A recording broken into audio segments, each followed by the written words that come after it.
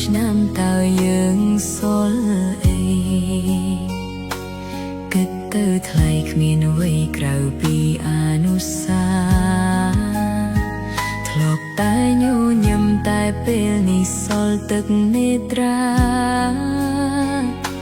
ព្រោះពេលនេះយើងលែងជាសង្សារទៀតហើយយ៉ាងមេឃដែរពេលដែលនៅក្បែរអ្នកថ្មីអូនតែងតែចង់ដឹងសុខទុក្ខថ្លៃយ៉ាងណាក្រោយបែកពីបងអូនស្និទ្ធស្នាលជាមួយដប់ស្រាហើយអូនគិតថាពួកយើងគង់មានថ្ងៃជួបគ្នាចង់វិលទៅរកបងវិញខ្លាំងណាស់តែអូនសែនខ្មាំងសង្សារថ្មីថ្លៃតើគេមើលថែបងទេប្រថ្លៃឯអូនវិញនឹកបងស្ទើរឈួតតើមានអ្នកណាកុំដកខ្ញុំសែនសុំត្រឹមមួយភ្លេតក៏ខ្ញុំអស់ចិត្ត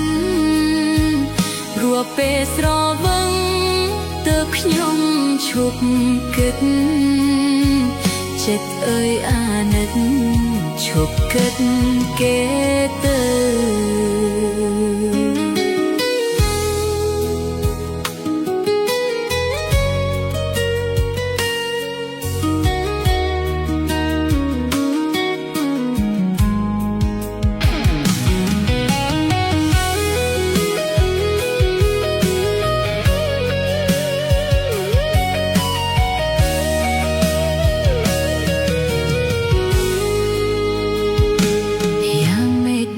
ពេលដែលនៅក្បែរអ្នកថ្មី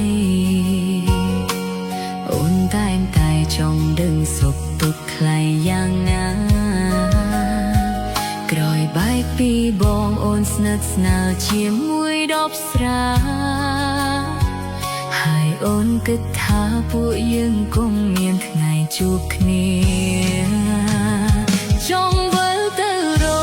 កបងវិញខ្លាំងណាស់ខ្មាំង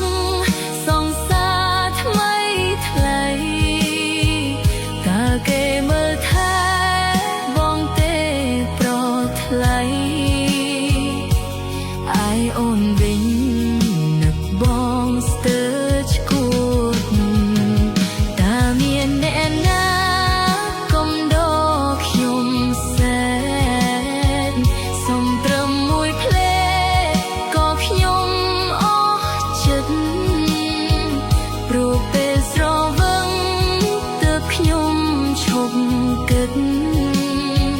ចិត្តអើយអាណិតឈប់គិតគេទៅចង់វិលទៅរកបងវិញខ្លាំងណាស់តែអូនសែនខ្មាំងសង្សារថ្មីថ្លៃតើគេមើ